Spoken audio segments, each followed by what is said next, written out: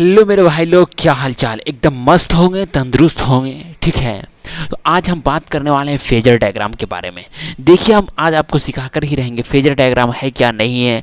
ये हम नेटवर्क की थ्योरी स्टार्ट करने वाले हैं। तो देखिए, फेजर डायग्राम में क्या क्या होता है। एक रेजिस्टेंस होता है, और एक क्या हो सकता है, इंडक्टर हो सकता है, एक क्या हो सकता है, कैपेसिटर हो सकता है। यही सब तीन चीज़ के बारे में हम एनालिसिस करते हैं, रेसिस्टर, इंडक्टर और नेटवर्क। तो देखिए, हम इसे फेजर डायग्राम में ये चीज़ जानेंगे, करंट वोल्टेज से जो है, करंट वोल्टेज से जो है लैग करेगा कि लीड करेगा, इस केस को हम समझते हैं। तो देखिए, यहाँ पे एक इंडक्टर ले लिया, इसमें करंट जा रहा है, इसके क्रॉस वोल्टेज जो है VL है, ठीक है।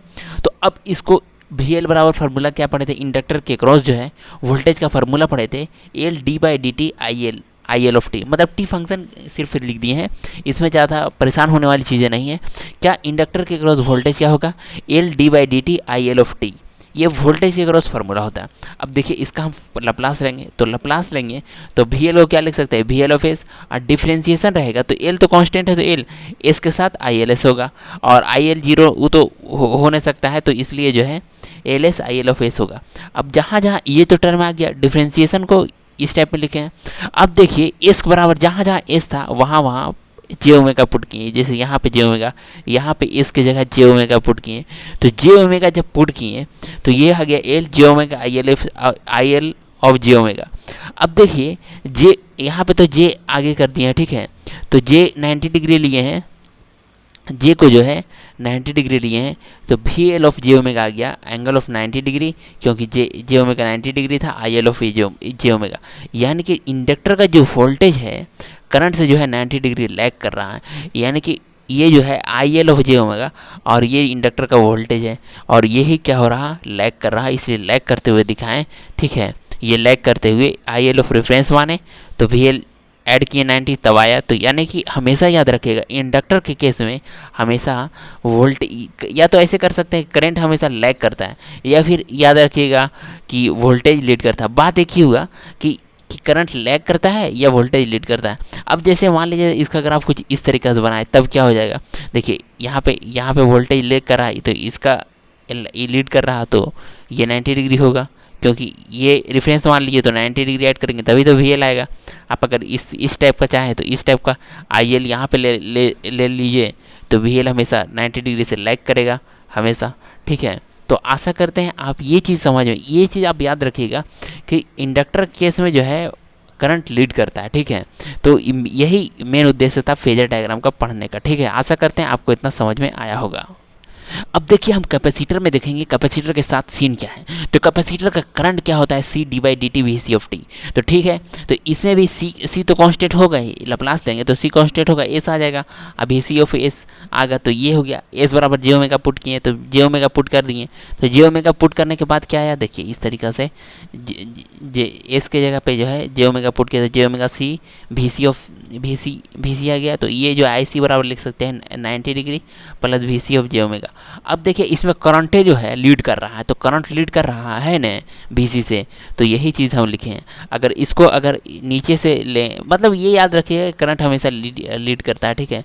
तो ये चीज़, यही चीज़ आपको याद रखिएगा कि कैपेसिटर के केस में ये जो है करंट हमेशा लीड करता है, और उसमें जो है इंडक्टर केस में वोल्टेज हमेशा लीड करता है। यह याद रखिएगा, इसमें करंट लीड करता है, इसको उल्टा वोल्टेज लैग करता है। दोनों चीज़ नहीं याद रख के आप एक चीज़ को जरूर याद रख सकते हैं।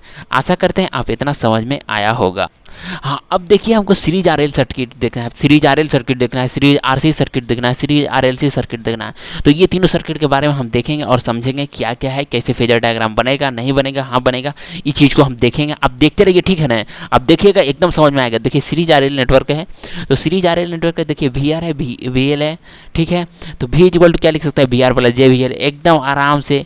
और हमको पता है X प्लस जे ओमेगा रहे, तो अगर मान लिया जाए इसके इक्वल टू Y है, तो एंगल मैग्नीट्यूड निकालना है, तो कैसे लिख सकते हैं, root under X square plus Y square, तो वही लिख दिया VR square plus VL square. और एंगल निकालना तो tan इनवर्स इमेजिनरी का बटा जो है किसका, ये जो रियल है VR, तो इसका, ठीक है। इतना समझ में आ गया होगा, तो ये तो समझ में आ गया। अब देखिए, अगर मान लिया जाए आपको जो है जेड का इम्पीडेंस अगर निकालना हो, तब कैसे निकालेंगे। तो जेड का इम्पीडेंस निकालने के लिए क्या किए, V तो ऐसे रख दिए V R is equal to I R हो जाएगा वोल्टेज, और जे वी एल बराबर जे एक्स एल आई। अब देखिए आई को कॉमन ले लिए तो डायरेक्ट हम लिख दिए हैं, देखिए आई को अगर कॉमन ले लिए हैं या फिर डायरेक्ट लिख दीजिए, बात वही हो जाएगा। जैसे इसको जो है आई कॉमन ले लीजिए, V is equal to I into R plus J XL, तो V upon I R plus J XL हो जाएगा। तो जेड इज इक्वल टू क्या लिख सकते हैं, यही इम्पेडेंस, यही तो इम्पेडेंस होता है, यही तो इम्पेडेंस होता है। तो वी इज इक्वल टू लिख सकते, Z is equal to R square plus XL का square tan inverse XL by R. तो ये हो गया। अब देखिए हमको जो है इसका फेजर डायग्राम बनाना है। तो देखिए फेजर डायग्राम कुछ इस तरीक़ा से बनाया है। तो आप याद रखिएगा current as a reference, series में आप याद रखिएगा करंट एज ए रेफरेंस लिया जाता है, ठीक है। तो देखिए फेजर डायग्राम के बारे में हम ये बताएं कि करंट को आप हमेशा रेफरेंस फेजर लेंगे। अब आपको लग रहा होगा करंट को ऐसे फेजर, ये आपको याद रखिएगा सीरीज में हमेशा जो है जब जब सीरीज सर्किट होंगे तब तब जो है करंट को आपको रेफरेंस लेना ही होगा, ठीक है। एकदम एकदम गांठ बांध लीजिए कि जब जब सीरीज सर्किट होगा तब तब जो है current as a reference phasor लेते ही हैं, तो लेते हैं। तो देखिए current as a reference phasor लिए, उसी के अकॉर्डिंग वोल्टेज होगा। अब वोल्टेज और हमेशा जो है V R is equal to V is equal to क्या लिखे हैं, V R plus J V L, और ये हमेशा लीड कर रहा है तो जे वी एल इधर लिखे हैं, और ओवरऑल समेशन करना है तो V is equal to V R plus V R का स्क्वायर प्लस वी एल का स्क्वायर, ये लिख सकते हैं। तो यही मेरा फेजर डायग्राम होगा। तो आशा करते हैं ये चीज़ आपको समझ में आएगा। क्या हम फेजर डायग्राम में बताएं, करंट को एज ए रेफरेंस लेना है, फिर वी आर उसी के अलॉन्ग होगा, और वी एल हमेशा लीड कर रहा है तो लीड करते हुए लिखें, और वी का मैग्नीट्यूड लिख दिए। तो यही मेरा फेजर डायग्राम हो गया। अब देखिए कुछ कुछ की कंसेप्ट है, इसको आपको देख करके याद रखना होगा, ध्यान रखना होगा, ठीक है। तो देखिए इसमें क्या है लिखा है, in case of series network current as a reference phasor. हम बताए थे ना सीरीज नेटवर्क हमेशा जब जब होगा तो जो है रेफरेंस फेजर हमेशा जो है लिया जाएगा करंट को, और पैरेलल में है वोल्टेज को लेंगे। तो साइन फाई बराबर क्या लिख सकते हैं, देखिए पी बटा H V L by V, क्योंकि ये तो पी बटा एच एन होता है, तो पी बटा एच बी बटा एच, तो यही जो है वी आर बाई वी, यही हमेशा जो है पावर फैक्टर होता है वी आर बाई वी। तो ये चीज़ हमेशा आपको याद रखिएगा कि यही जो है cos phi V R upon V power factor लेते हैं। अब क्या लिखा हुआ, if resultant current is leading from the resultant voltage, मतलब resultant current is leading from the resultant voltage, मतलब रिजल्टेंट करंट अगर लीड कर रहा है रिजल्टेंट वोल्टेज से, then circuit is referred as a leading power factor. देखिए इसमें क्या हो रहा था, इस वाला में क्या बोला, रिजल्टेंट करंट अगर लीड कर रहा है रिजल्टेंट वोल्टेज से तब जो है उसको लीडिंग पावर फैक्टर बोलते हैं, और रिजल्टेंट करंट जो है अगर लैग कर रहा है रिजल्टेंट वोल्टेज से, then it is a lagging power factor. हाँ तो अब देखिए इसमें जो है करंट क्या हो रहा है, रिजल्टेंट वोल्टेज से क्या हो रहा है, लैग कर रहा है, तो इसमें जो है लैगिंग पावर फैक्टर हुआ ये। हाँ तो अगर cos फाइव बराबर लिखना हो तो वी आर बाई वी, इसी को लिख सकते हैं I R, V is equal to I Z, तो आई से आई कटा R by Z, R upon root under R square plus omega L का स्क्वायर। अब देखिए सिमिलरली आरसी नेटवर्क है, इसमें वैसा कुछ नहीं है, जैसे आरएल नेटवर्क को देखें वैसे ही आरसी नेटवर्क को भी हम देख रहे हैं। तो आरसी नेटवर्क की क्या है, वी आर है और इसमें जो है वी सी है, तो वी आर वी सी, तो वी इज इक्वल टू क्या लिख सकते हैं, V R minus J V C, क्योंकि उसमें क्या लिखे थे जे वी एल, तो इसमें माइनस होता है। ये चीज़ याद रखिएगा। मैग्नीट्यूड निकालने के लिए सिंपल सा फॉर्मूला है कि वी इमेजनरी का मतलब रियल का स्क्वायर प्लस इमेजनरी का स्क्वायर, एंगल निकालना है, हम एंगल डायरेक्ट ही निकाल दिए हैं, minus V C Y V R, ठीक है। तो ये चीज़ें आप याद रखिएगा। और इम्पीडेंस निकालना है, तो उसमें इम्पीडेंस निकालने के लिए ज़्यादा कुछ नहीं है। इम्पीडेंस निकालने के लिए हम ज़्यादा वी बराबर आई आर लिख दिए, जे आई एक्स एल, आई कॉमन ले लिए, फिर डिवाइड कर दिए, तो यही जेड बन गया, ठीक है। तो आर माइनस जे एक्स, तो Z equal to R square plus X square, और निकालना है तो इमेजनरी एंगल निकालना है, तो इमेजनरी बाई रियल, तो minus tan inverse X by R. तो यही मेरा क्या हो गया, आरसी सर्किट। आरसी सर्किट का फेजर डायग्राम बनाना है तो कैसे देख, हाँ तो देखिए आरसी सर्किट में ज़्यादा कुछ नहीं है। वी इज इक्वल टू क्या लिखे थे, V R minus J V C, ठीक है, माइनस जे वी सी लिखे थे। तो ये तो करंट हो गया, ये तो वी आर उसी लो, और माइनस जे वी सी था, तो इसलिए हमेशा नीचे की ओर दिखे हैं, ठीक है, लैग कर रहा है, ठीक है। तो ये वी सी लिख दिए हैं और रिजल्टेंट तो इधर ही जाएगा, तो V is equal to V R का स्क्वायर प्लस वी सी का स्क्वायर कॉस फाइव लिख सकते हैं। क्या ये जो है हमेशा जो है इधर ये वाला हमेशा क्या हो जाएगा, कॉस फाइव मतलब बी बटा एच, यानी कि वी आर बाई वी, और ये आई आर आ गया I Z, R by Z R square plus omega C का स्क्वायर हो जाएगा, ठीक है। तो यही मेरा जो है सीरीज आर सी नेटवर्क का फेजर डायग्राम है। तो आशा करते हैं आप समझ में आया होगा। ज़्यादा ऐसा कुछ हार्ड नहीं है, तोप नहीं है। अब अगला जो है हम देखने हैं सीरीज आरएलसी नेटवर्क। तो देखिए सीरीज आरएलसी नेटवर्क को भी देख लेते हैं। हाँ, तो देखिए सीरीज आरएलसी नेटवर्क में सीरीज में सब रहेगा, रेसिस्टेंस, इंडक्टर और वोल्टेज सब सीरीज में है। तो V इज इक्वल टू लिख सकते हैं V R plus J V L minus J V C. ये चीज़ें तो हम बता चुके हैं कि हमेशा इस टाइप का लिखा जाता है। तो वी आर जे कॉमन ले लिए तो V L minus V C लिख सकते हैं। तो V इज इक्वल टू आ जाएगा क्या, वी आर का square plus V L minus V C का square whole square tan inverse V L minus V C upon V R. तो ये चीज़ें लिखें, मतलब एंगल निकालने का ज़्यादा कुछ नहीं है, इमेजिनरी बटा रियल होता है, ठीक है। तो ये चीज़ें उसी तरीक़ा से जस्ट जैसे उसमें किए थे वैसे ही इसमें इम्पिडेंस निकालेंगे। तो देखिए इम्पिडेंस निकालने के लिए क्या किए हैं, आई को कॉमन ले लिए, वी अपॉन आई कर दिए, तो R plus J X L minus J X C हो गया, ठीक है। तो जेड इज इक्वल टू ये लिख दिए कि आर, मतलब इसमें ज़्यादा कुछ नहीं है, R plus J X L minus X C, मतलब इमेजिनरी का स्क्वायर कर दिए, ठीक है।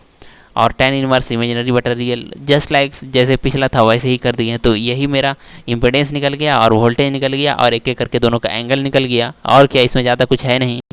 हाँ, तो अब देखिए इसमें क्या है, अब हमको फेजर डायग्राम देखना। फेजर डायग्राम में आई को डिफरेंस लेंगे, वी आर तो हमेशा इधर ही लगेगा, और ये हमेशा लीड कर रहा था वोल्टेज और ये लैग कर रहा था। तो ये इस तरीके से का केस। अब फेजर डायग्राम बनाने के लिए क्या मान लेते हैं कि वी सी जो है, ये जो है ये इंडक्टर है, तो वी सी थोड़ा सा कम है तो इधर ही बना लिए, ठीक है। ये मतलब मान के चलना पड़ता है, ठीक है, क्योंकि यही एजम्पशंस है, अदरवाइज सर्किट कैसे बनेगी। तो इस तरीक़े से हम मान लेते हैं, ठीक है। तो ये जो है वी एल हो जाएगा, तो V L minus V C, ये तो हमेशा ऊपर वी एल तो मान लिए कि इधर जा रहा है, ठीक है। तो V is equal to V R का square plus V L minus V C का स्क्वायर, ठीक है। तो ये चीज़ लिख दी है। तो कॉस फाई क्या आ जाएगा, बी बटा एच, ये मेरा कॉस फाई है।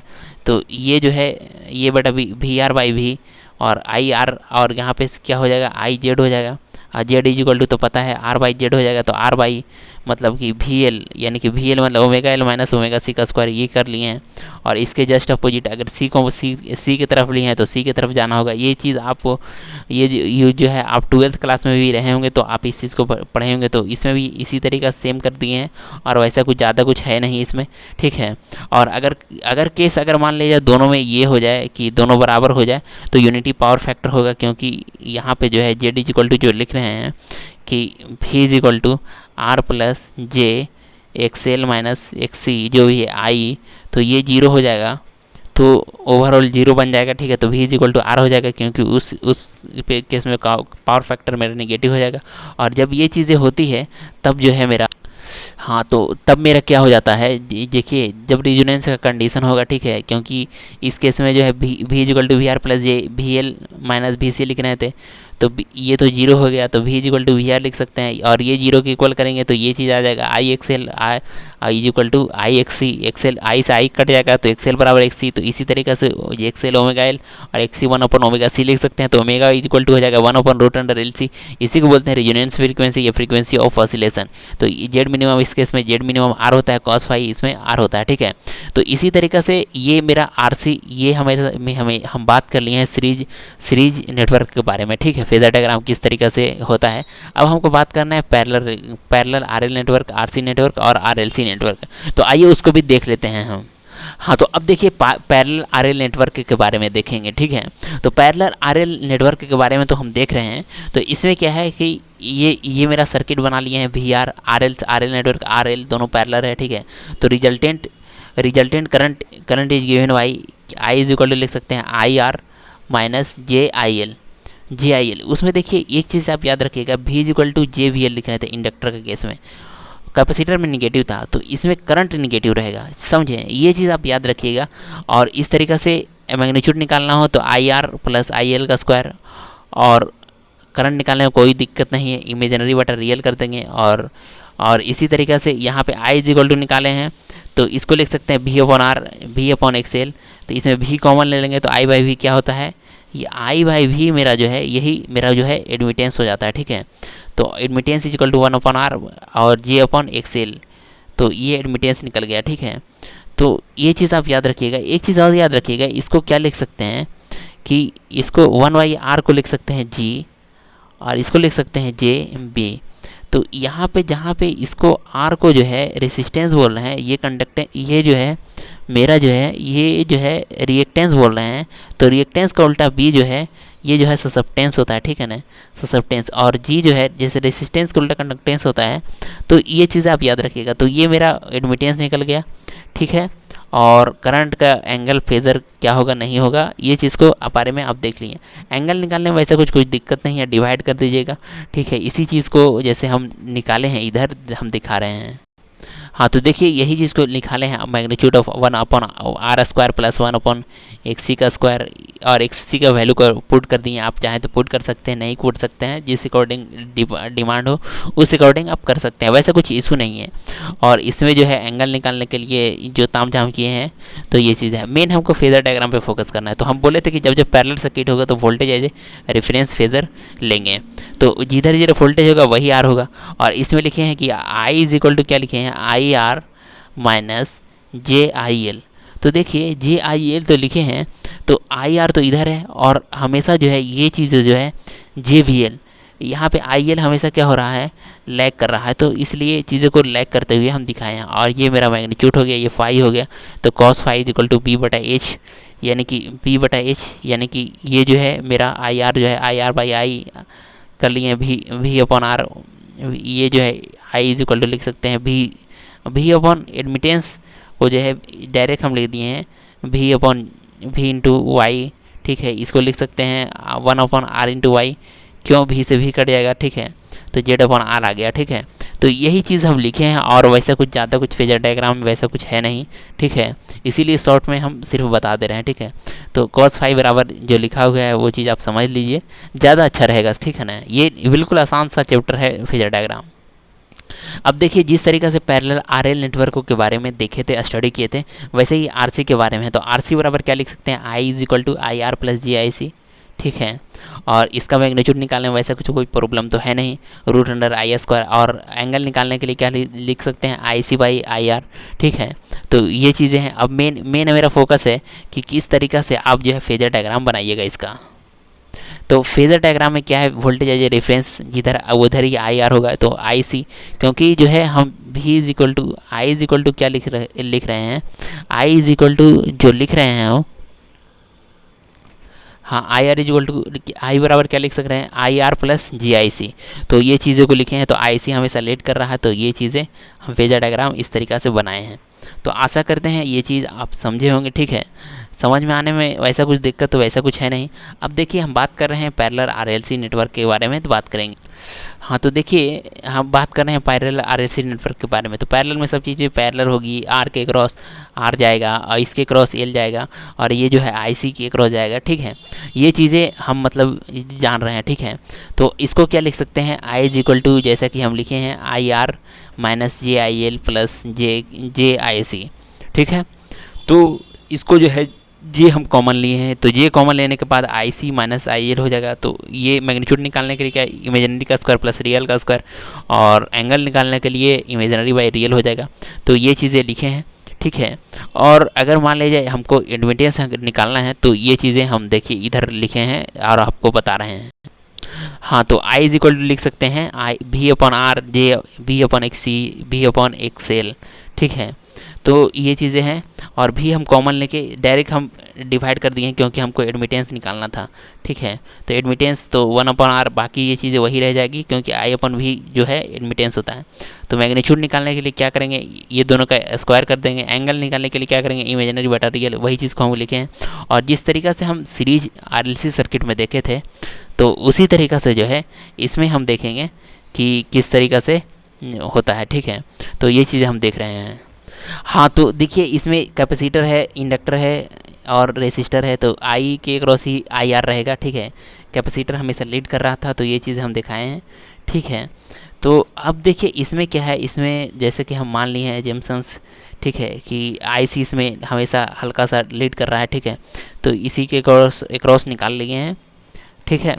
और आई इज इक्वल टू लिख सकते हैं I R square plus I C minus I L का स्क्वायर।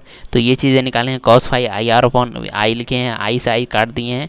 तो ये चीज़ें हमेशा आपको याद रखना होगा, ठीक है। ये ऐसा नहीं है आई इज इक्वल टू भी अपॉन आर लिखे हैं, ठीक है। और इसमें जो है भी इंटू एडमिटेंस लिखे हैं, तो कॉस फाई बराबर जेड बाई आर आ गया है, ठीक है। तो हाँ, हम पैरेलल आरएलसी नेटवर्क में थोड़ा सा हम छोड़ दिए, ठीक है, क्योंकि ये वीडियो लंबा नहीं हो जाए इसके लिए, और वैसा कुछ कोई बात नहीं। अगला वीडियो कभी मिलेगा तो हम फेजर डायग्राम के बारे में डिटेल हम बात करेंगे, पैरेलल आरएलसी नेटवर्क के बारे में। तो आप याद रखिए कि हम फेजर डायग्राम के बारे में हम देखे हैं कि कैपेसिटर, अब तक के क्या जाने हैं कि वोल्टेज करंट लैग करेगा, लीड करेगा, ये चीज़ के दोनों के केस में देखें, इंडक्टर के केस में, कैपेसिटर के केस में, दोनों के केसेस में देखे हैं। अब देखिए सीरीज आरएलसी नेटवर्क, इसके पैरेलल जो है सीरीज आरएल नेटवर्क देखें, सीरीज आरसी नेटवर्क, उसका फेजर डायग्राम देखें। मतलब सब चीज़ का ओवरऑल पैरेलल और सीरीज का आरसी और एलसी नेटवर्क का हम ये चीज़ को देखे हैं। क्या चीज़ को देखे हैं? दोनों चीज़ को जो है मतलब कि फेजर डायग्राम के बारे में देखें, ईच एंड एवरीथिंग। तो आप इतना चीज़ आप समझिएगा, ठीक है, तभी नेटवर्क मजबूत होगा। तो नेटवर्क की थ्योरी में फेजर डायग्राम बिल्कुल ही आसान सा चैप्टर है। तो आशा करते हैं आपको समझ में आया होगा, और अगर समझ में आया होगा तो वीडियो को लाइक कीजिएगा, शेयर कीजिएगा, सब्सक्राइब कीजिएगा। आज के लिए वीडियो को इतना ही रखते हैं। बहुत बहुत धन्यवाद, थैंक यू।